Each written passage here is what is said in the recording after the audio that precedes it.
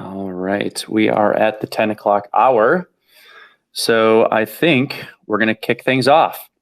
So first off, welcome everyone for jumping into today's event. My name is Adam Wozni, and I head up community at Overclock Labs. I'll also be your host for today's conversation. So today we're going to be introducing our new VP of Engineering and answer your questions about the Akash network and a little bit more about her background.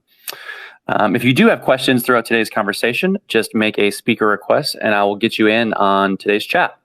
So we do have a whole bunch of things to cover today, so I wanted to jump right into introducing our guests. So first up, we have Greg Osuri, CEO of Overclock Labs. Prior to Overclock, Greg founded AngelHack, the world's largest hackathon organization with over 200,000 developers all across the globe. He started his career at IBM and later designed Kaiser Permanente's first cloud architecture. As an expert in open source, distributed systems, and blockchain development, Greg has been featured in top-tier publications such as the New York Times, CoinDesk, Cointelegraph, Forbes, TechCrunch, and Yahoo Finance, just to name a few. Welcome, Greg. Thanks, Adam. For sure. So next up is our featured guest today, Chanda Dharap. So Chanda is the VP of Engineering at Overclock Labs. Previously, she has led engineering and product teams at early stage startups such as StrongLoop, NodeSource, and Gigster, as well as mid to large enterprise companies, including Adobe and IBM. Her focus on understanding emerging trends and paradigms has helped her apply new technologies that enable real-world use cases. Chanda is especially proficient in working with open source governance in the Node.js ecosystem and actively participated in M&A and technical diligence processes. She holds a PhD in computer science from Penn State University. Go Cats, I think, is it Cats? There's their name. And a Lions. Sorry, the Lions. I apologize. Go Lions, the Nitty Lions, and holds a bachelor's degree in mathematics and statistics. Welcome, Chanda. Thank you. Happy to be here. Excellent. So I have a handful of questions to kind of kick off today's conversation. But as a reminder for folks listening in, if you do have questions throughout today's chat with Chanda and Greg, just make a speaker request and I'll get you in on the conversation. So I want to kick it off with Chanda. So I was hoping you could maybe give a proper introduction to yourself and maybe provide listeners a bit more color into your background and your approach to product development. Sure, sounds good. Adam's, already described my background sufficiently. Let me just add that back in 2012, 2013, during the boom of the API economy, I stepped into the Node.js ecosystem. Coming from a traditional Java world, I've stepped into the Node.js ecosystem, the open source model of development. I was heading engineering at that time at StrongLoop, Isaac Roth's company, if anybody knows Isaac, involved with a community that was actively engaged in not only asking for features, but contributing features to our roadmap. It was truly a different model of working, and it was exhilarating to see the powerful contributions and energy that open source and open governance brought to the table. And that same energy and that possibility of harnessing open governance for the good of cloud, attracted me to Akash. About product development, it's a process, right? Product development is a process. Marrying our vision at Akash with the needs of our users, of our community, solving for the success on all sides. And in a typical startup fashion, I follow the fail fast model, which I learned, back in the day. If it's working, enhance it. If it's not enabling our users and our community, then pivot away, try something else that works. Another aspect of product development is actually being in touch with our users. It's not just about having an idea and a vision, which is absolutely important, but it's also having those conversations, showcasing those conversations with the community and enabling success, for you, the community, and our users. So fail fast and iterate. That's the model I follow for product development. And then, of course, being open source and open governance, it's a classic, point of stake, proof of stake blockchains. I believe in development with transparency on the roadmap, just as Greg does. And as I grow my team, I expect to see, you expect to see many more conversations around product in the coming months with you as part of the loop. Yeah, and I kind of want a quick follow up to that. You mentioned kind of the community, and from your vantage point, how big of a voice does the community have in product development? So I have followed several times the models where we engage very deeply with the community. It is a strong voice because at the end of the day, our goal as a product is to actually make you successful. So if it's something that's a pain point, we want to hear where you're struggling and how we can make it better for you and easy for you. So it's a pretty strong voice, right? I mean, at the end of the day, this is open governance, open cloud. So we want to hear from you. And like I said, as I grow my team, we will set up an established cadence of conversations, specifically directed around product roadmap and getting feedback on early ideas. Possibly even wireframes for some of the things that are coming, and iterate with you. Very cool. Yeah, and if you're following along on Discord, you definitely see the Kosh community definitely does have a large voice. So I'm sure they're willing to give feedback. So I want to toss it over to Greg. So folks listening can see, Overclocked Labs is growing. So my question for you is, why a VP of engineering at this stage of Overclocked Labs life? What external indicators help you decide that the need for support at the VP level was in order? Sure.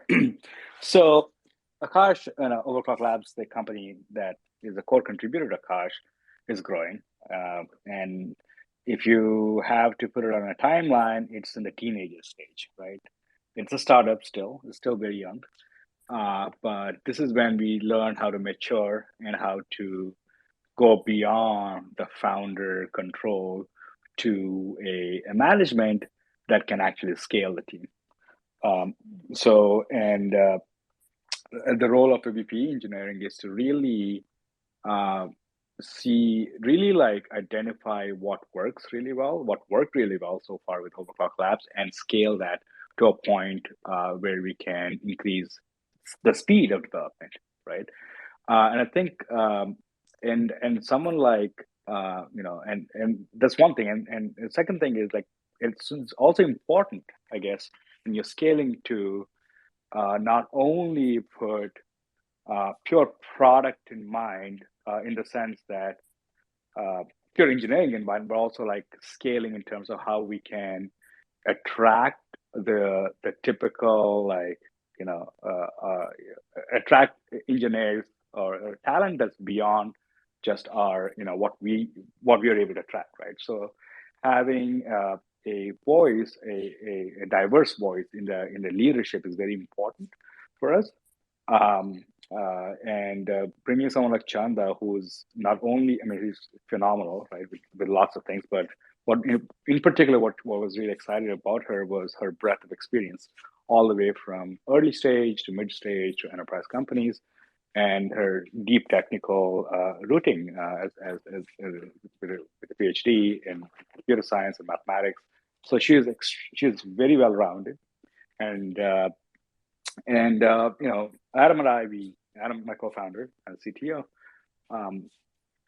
he's so far been the technology leader for the organization.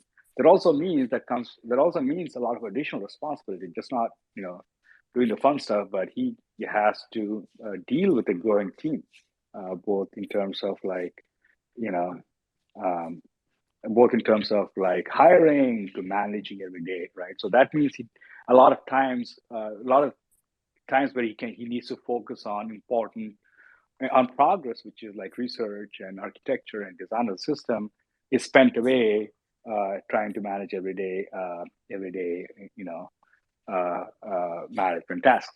Now, bringing Chanda in, releases Adam and I from doing everyday management to focusing on the frontier. Because being in Web3, it's about frontier and pushing the boundaries, right? So we are pioneering, and when you're pioneering, bringing someone who's done this, several times before, to along in the team, it's just going to accelerate our progress. So I'm super excited for Chanda. And this is like literally bringing Chanda in is version 2 of Overclock Labs, which is a much better version of version 1. Adam, if you would like me to add to that, I'm happy to add to that. Yeah, please jump on in. So, it's a very interesting question because people often do ask, when does one bring in a VPE? Okay, what is the VPE going to do? Because right now, this is what we know what we're doing, right?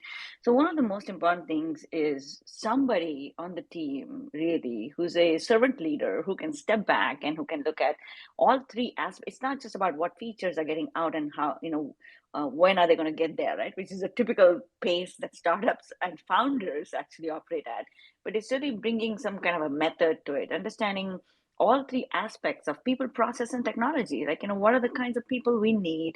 Uh, how are they going to fit at what point in the game? Who do we need now? Who do we need, half a year from now? Who do we need to build towards? What are the skills we need to grow at the table so that we are hitting the right targets for our roadmap?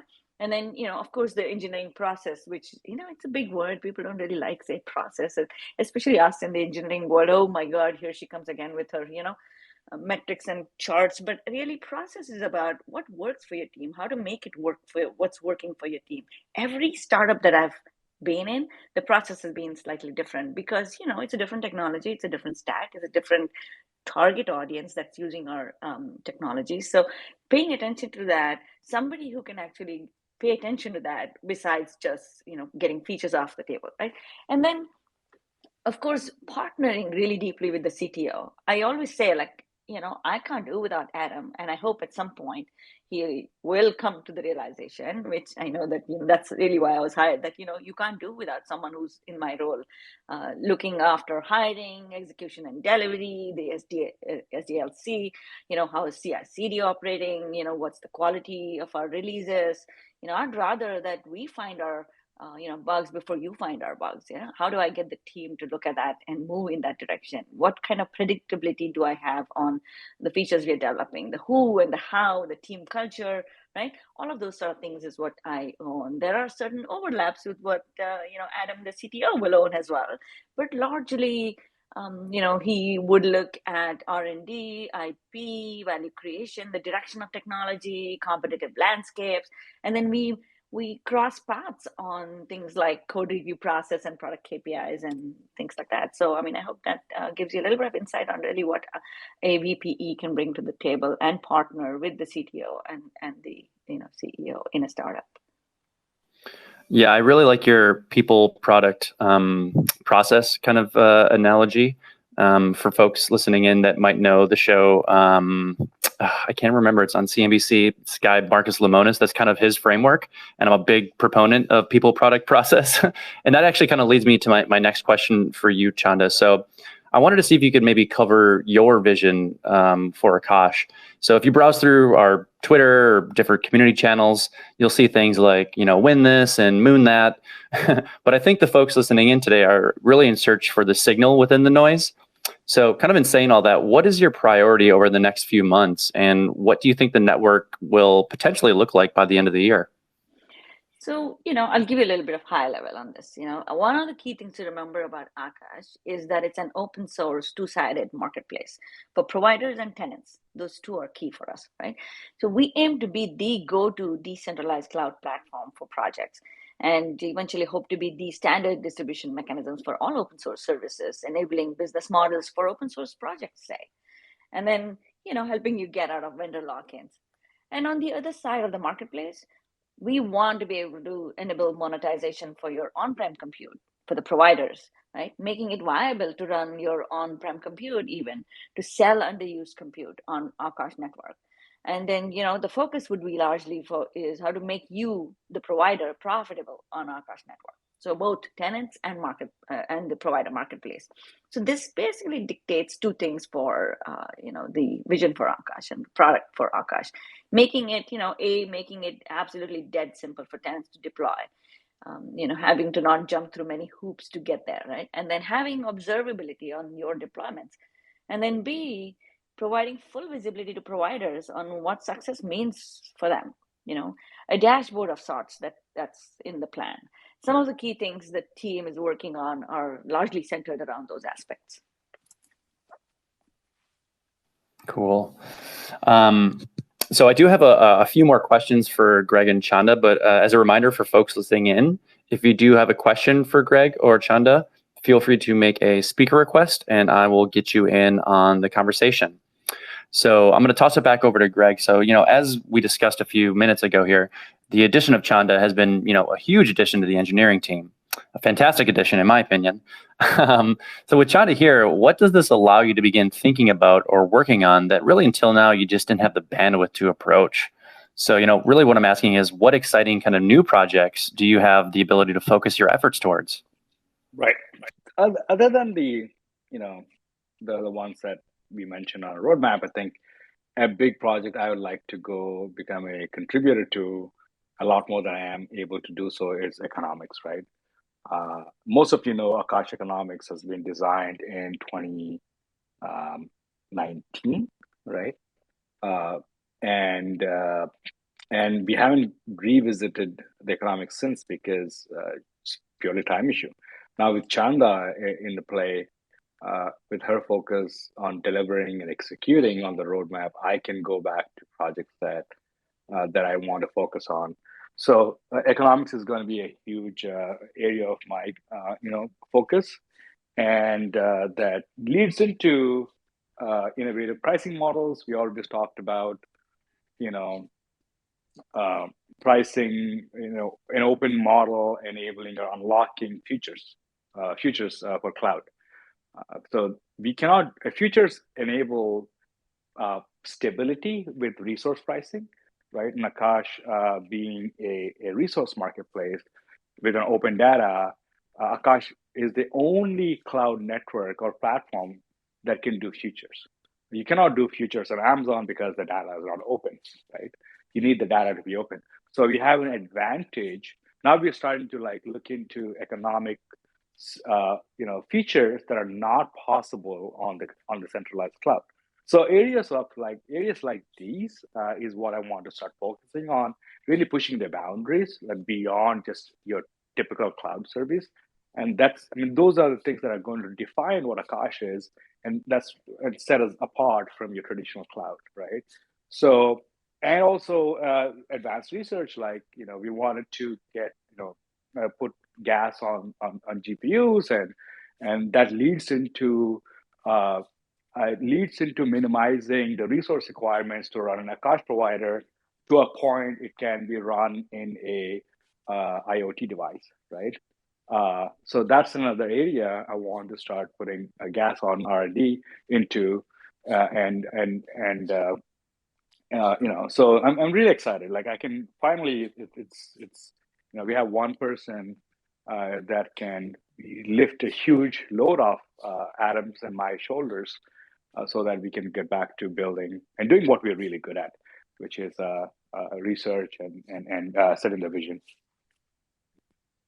Very cool. So it looks like we do have a community question. So Zafar, feel free to introduce yourself, unmute your microphone, and ask your question for Greg and Chanda. Yeah, hi. My name is Zafar. It isn't Zafar. Oh, Zafar. Sorry. That's all right. I'm from the UK, just an observer. I was wondering, how did you come up with the name Akash? Does it mean anything? Yes. So Akash in Sanskrit means the sky, or the ether, or the first element. Since Akash is a cloud marketplace, clouds are formed in the sky, and hence the name Akash. All right, thanks, mate. Yeah. Also, another thing, I haven't bought any yet. I mean, I do intend to buy some tokens. Once I get the tokens, I just wanted to know: is there any way that I can increase? I mean, are there any staking options or ways to get rewards? Absolutely. So Akash AKT token, obviously the first primary purpose is to pay for hosting, but you have staking, which gives you a healthy 30% APR. Then if you compound that, you can go up to 50 to 60%, probably larger, depending on the time you compound. Second, you can also provide liquidity on osmosis. I think that ranges anywhere from 30% to 60, 70%, depending on the epoch. And third, you can also say you want liquidity and you don't want to sell your Akash tokens. you can go to Kava and actually borrow against your Akash, and then you can use that money to do what you need to do. You double down on Akash using leverage. I mean, leverage is, again, it's not financial advice, but you can do a lot more than just pay for hosting using Akash tokens. And the best place to acquire Akash tokens is osmosis. So, but if you run a node, can you get tokens that way as well? Absolutely, yeah, of course. The way you get tokens is through running nodes. Both you can run a provider node as well as a validator node to get tokens. Okay, thanks, mate. Cheers. No worries. Thanks for your question. Yes, thank you so much, Safa. And where in the UK are you calling in from? I'm calling from Billericay in Essex. Very cool. Well, thank you for jumping in. We appreciate you taking time out of your day. I know it might be a little bit later there, so definitely appreciate it. That's all right. I mean, it's a project that I'm going to follow because, Web3 is going to be very big. So yes, thank you so much for calling in here. So yeah, I do have one kind of final question for Greg and Chanda, but if anybody else has additional questions, feel free to make a speaker request and I will get you in on the conversation. So my final question is really, I kind of want to cover diversity in tech. So, according to a recent survey, 81% of crypto investors are male. So while I know this statistic doesn't tell the whole story of women or diversity in Web3, it does highlight something that I think many of our listeners may already know. Diversity is sometimes a challenge in the Web2 and Web3 space. So I wanted to kind of get each of your takes on how we at Overclock Labs approach diversity in Web3 and what we as a crypto community overall can do to increase diverse opinions, people, and viewpoints. I can go. Yes, of course, I can go here. So first of all, I don't think I will comment on the investment nature of your question because there's a lot I could say there about being risk averse and not risk averse. So we let that by. But I will talk about Web3 and I will talk about being, having diversity in the Web3 space. Here I am, woman in Web3. And I am deeply engaged in several diverse engineering groups, gender and otherwise. One of them is Diversity by Nidhi Gupta, Eng by Christine Heckert, who was, ex-CEO of Scalar. And to tell you the truth, the key here is that we need role models. I cannot stress the impact of having diverse role models in our industry. I mean, I grew up in a country where a woman led the nation for several decades of my growing life. My first manager back at my first job in Wipro was a woman. I never even knew there was a ceiling. And of course, I found that out much later after I came here. And, honestly, and I saw all the stats and the details. And I mean, if you look at the McKinsey report that came out a while ago, since 2015, progress towards gender diversity has been minimal. And now, with the last 2 years of lockdown, society has actually seemingly taken a step back. And I think I feel very strongly about this. I feel that with Akash being a remote first environment, I can make it significantly easier to diversify the game. And then, it's not just about role models, it's also about words, the words you use, job descriptions, websites, what you put on the website. There are some very interesting technology companies that startups that work in the space, giving you metrics on the diversity score of your target reach, your target audience, based on what you're actually writing. And I intend to fully follow up and implement everything that I've learned and use any technologies that I've come across that help me add more to the table. So, if you are in Web3 and, you're a minority group, reach out to me. Let's talk. Let's make this better.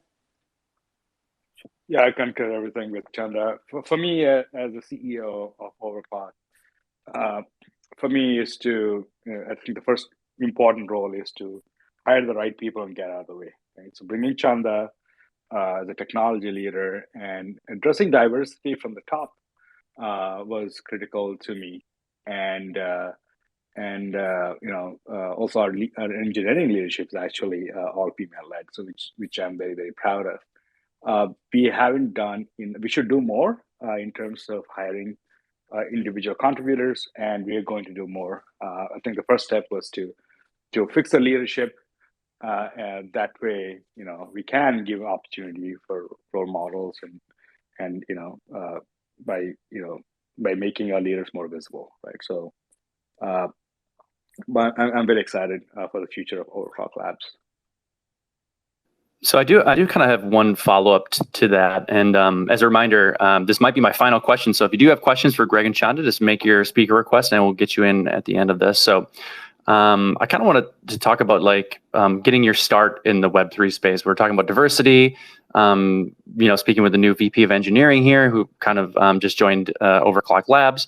So for folks listening in, what recommendations do you guys have for folks that maybe want to get their start in the Web3 space? Like, where do they go? Like, how do they kind of get involved? And that can be open for both of you.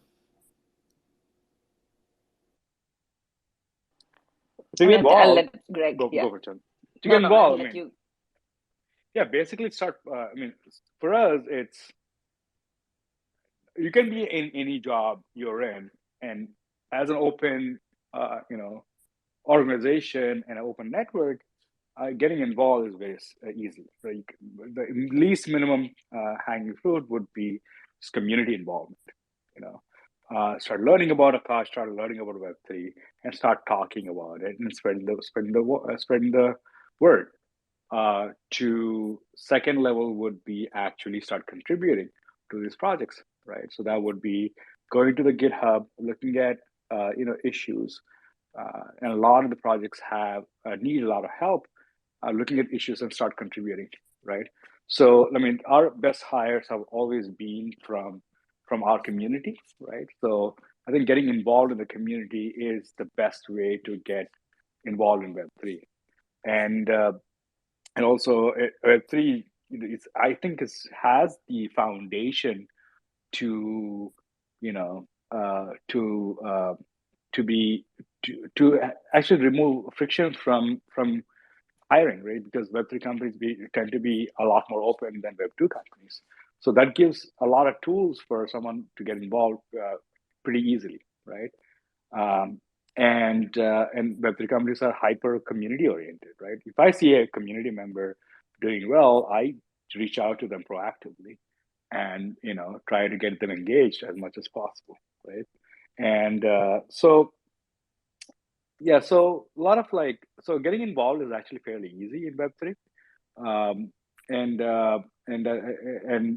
all you need to do is just show up and start contributing. Yeah, a little Overclock Labs lore. One of the members of the team actually joined one of our meetups when we were at Masari Mainnet back in, I think it was September of last year, and now works at Akash Network, or works at Overclock. So pretty cool. So yeah, I completely agree with you, Greg. So yeah, I wanted to see if there was any community questions. If so, make a speaker request and I'll get you involved. If not, we might wrap up a few minutes early here today. And while we wait, I wanted to see if Greg or Chanda, any kind of final thoughts on any of the topics we covered: diversity, open roles at Overclock, any other kind of final thoughts for folks listening in? Well, if you have a few minutes, this isn't really exactly getting involved in the Web3 by, hackathons, meetups, things like that. But honestly, I will tell you, I came from a non-Web3 world, I've said it, right? But when I started talking to Greg and Adam, it piqued my interest because up until then, literally, I was like far away from the crypto space. But up until then, you hear all the stories and you're like, oh my God, I don't want anything to do with this. But when you start to look at it, when you start to educate yourself, and I did educate myself, it's not just the Udemy's and the Coursera's, but actually educated myself about understanding the differences between proof of work, proof of stake, what is it enabling. The use cases are so diverse in blockchain.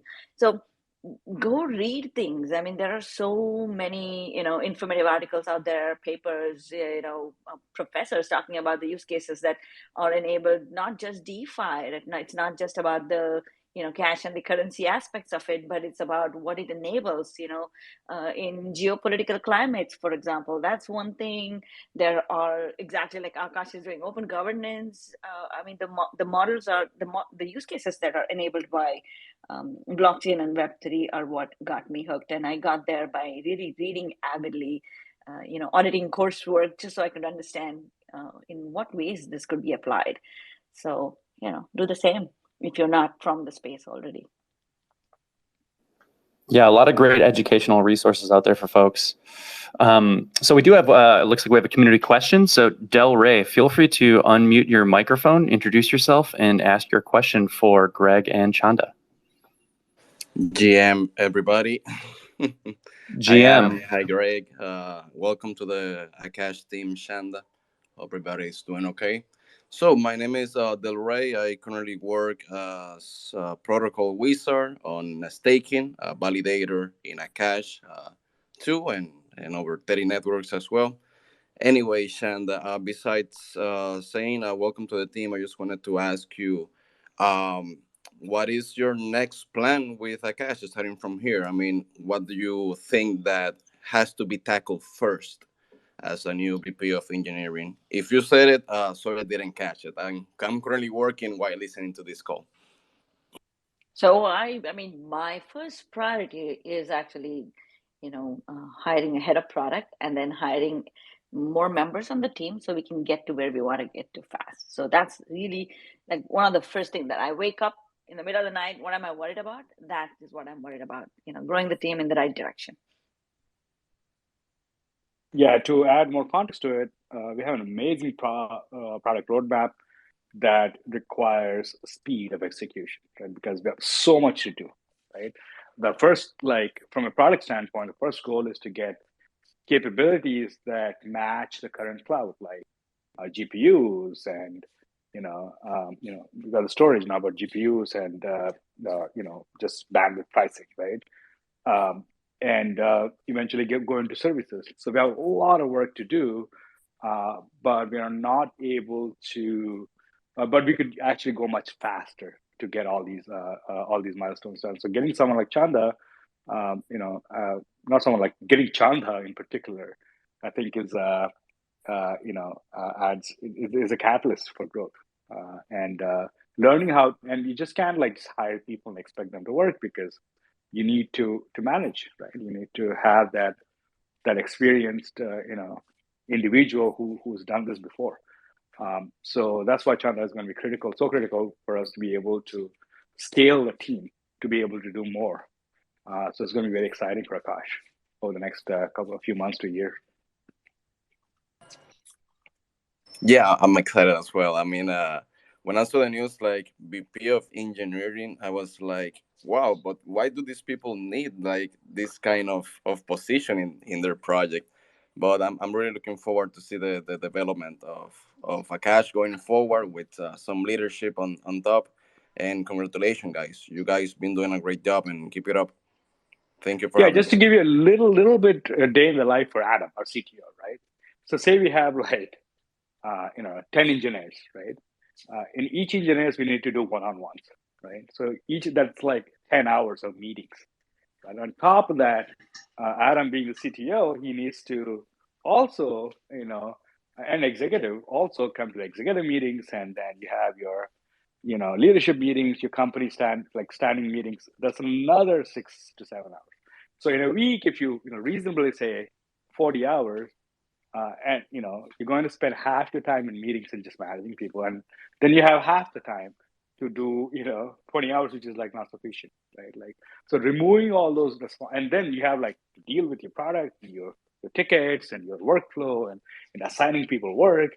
So if you actually add up, Adam will never be able to do anything productive given a 40-hour week. So all that will like go to Chanda now, right? So Adam can be hyper focused on like design and engineering, which is really good at. Right? So Yeah, that's so why you need you. management.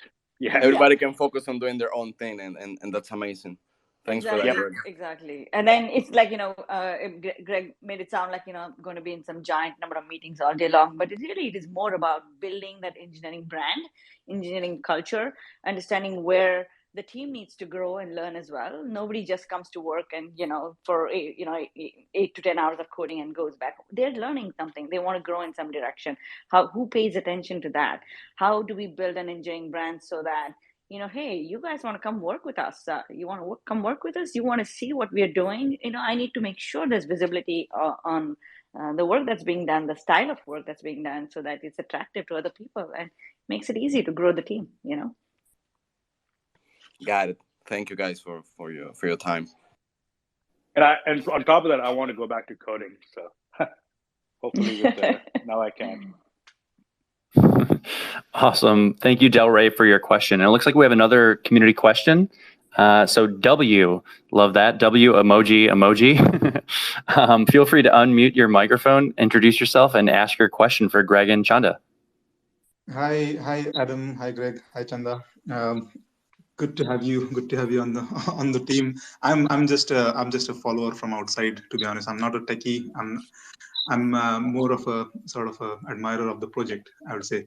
So, Chanda, just a question for you. I see your move into Akash as an illiterate view. I see it as someone from a more traditional space moving into crypto. I don't know if that is a right assessment or a wrong assessment, but that's how I see it right now. Maybe your comment on that, and how do you, and maybe your maybe 50,000-foot report on how you think the normal traditional industries like AWS, Azure view something like an Akash at the moment. Are they even tracking Akash? Is it on their radar? How do you see the world seeing Akash? So I think the first part of your question, if I understood correctly, was that I don't have a crypto background, but to be honest, what the how you run engineering, how you run product, the process around how to build things that are part of our roadmap, how to get feedback from the community, are all part of what I do. It doesn't really matter, and I've moved from technology stack to technology stack, and it doesn't really matter at the role that I am. Right? I definitely hire people that absolutely know what they're doing and are skilled in the in the work that they do.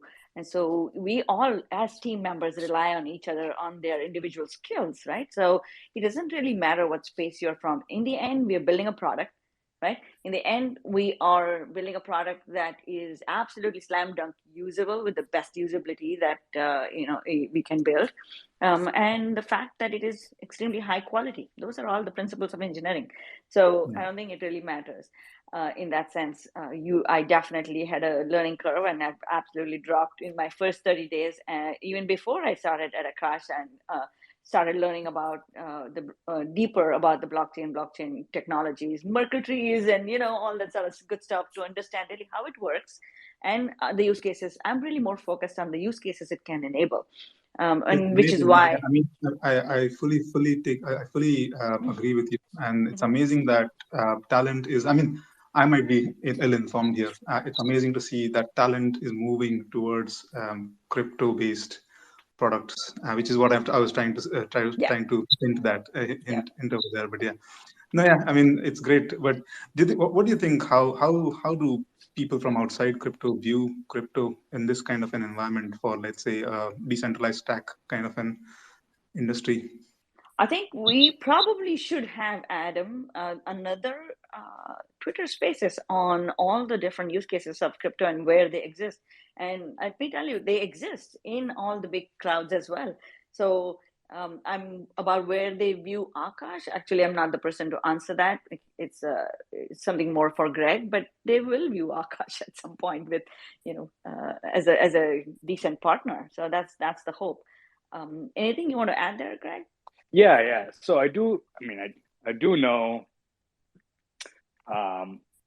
So first off, having someone like Chanda work at Akash is an obvious signal that the talent is migrating from Web 2 to Web 3, right? Web 3, if you consider the evolution of the web, and not only that, looking at our hiring pipelines, our talent pool right now consists of the FANGs and like prominent Web 2 companies, right? And everybody I talk to, it's an obvious move, right? And if you even open TechCrunch, there's nothing else going on in Web 2, to be honest with you. I mean, what is the last SaaS company you're excited about? Or an ad company you're excited about, right? Because that's all Web 2 is ads and SaaS. Well, so people that, it's obvious the people that care about open systems and openness, especially considering what happened with the Web 2, the best thing that came out of Web 2, or the biggest thing is like, let's say Facebook, right? Facebook gave us the 2016 election, right? So the outcomes of Web 2, even though they did not begin as with the intentions with the outcome that we have right now, the sad part is the way the system is structured resulted in these outcomes, right? So Web3 is fixing that, at least attempting to fix that. And I think if anybody that cares about open web will obviously jump into Web3. Right? That's a no. Now, how do big organizations look at Akash? So some conversations that I had with traditional spaces, the innovation teams at several like Fortune 500 companies, they're just fascinated on what on how you really develop in the open, right? Akash as a Web2 as a cloud infrastructure company that's fully open, embracing the open means we are number one, hyper accountable, right? All our metrics, all our data is it's in the open, right? So there's no manipulation. There's nothing that you can do like Web2 companies do that Web3 that people normally do. So the point is like being in the open means keeping us hyper accountable that also delivers much better product, right? So I think we're like the model in which we develop is very fascinating. The scale at which we do is not yet, because Akash has what 600 active deployments compared to a $500 billion business, which is Amazon Web Services. We're not a threat yet, right? And in all honesty, I think the way things are going, we're not going to be we're going to be more of an Airbnb versus Hilton, right? Hilton did not deem Airbnb as a threat until they surpassed Airbnb, they surpassed Hilton's and all the hotel chains market cap, right? So, like Hilton cannot offer what Airbnb offers. They can't. Their model is not set up that way. Similarly, Amazon's and Google's and Microsoft can't offer what Akash can offer. The model is not set up that way, right? So we don't consider, at least they don't consider it as competition. I don't think it's sort of like the evolution that we're going is like we offer features that are not possible on Amazon, right? Like an open compute system where you have providers of all degrees sharing compute. So I want to keep things that way as much as possible till we get to a point where we exceed them and it becomes an evolution of the cloud, right? So I don't know if Hilton is offering, Airbnb style, bring your own, rent your spare room, or they're planning to. I don't think they are. So I think we're okay, right? So, but I do see activity happening in Google's. I don't know what direction. They hired about 140 people for the blockchain team. Yep.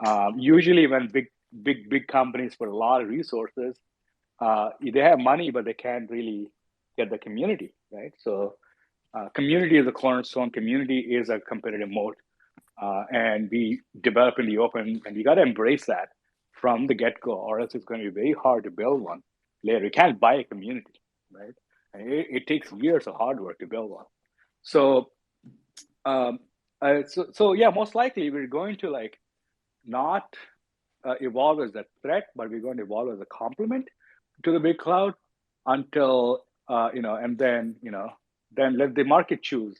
Eventually Akash will support everything Amazon supports and beyond that, right? So let the market decide. Cool. Thank you, Greg. And thank you, W, for really a fantastic question. I think we have time for maybe one more question from our audience.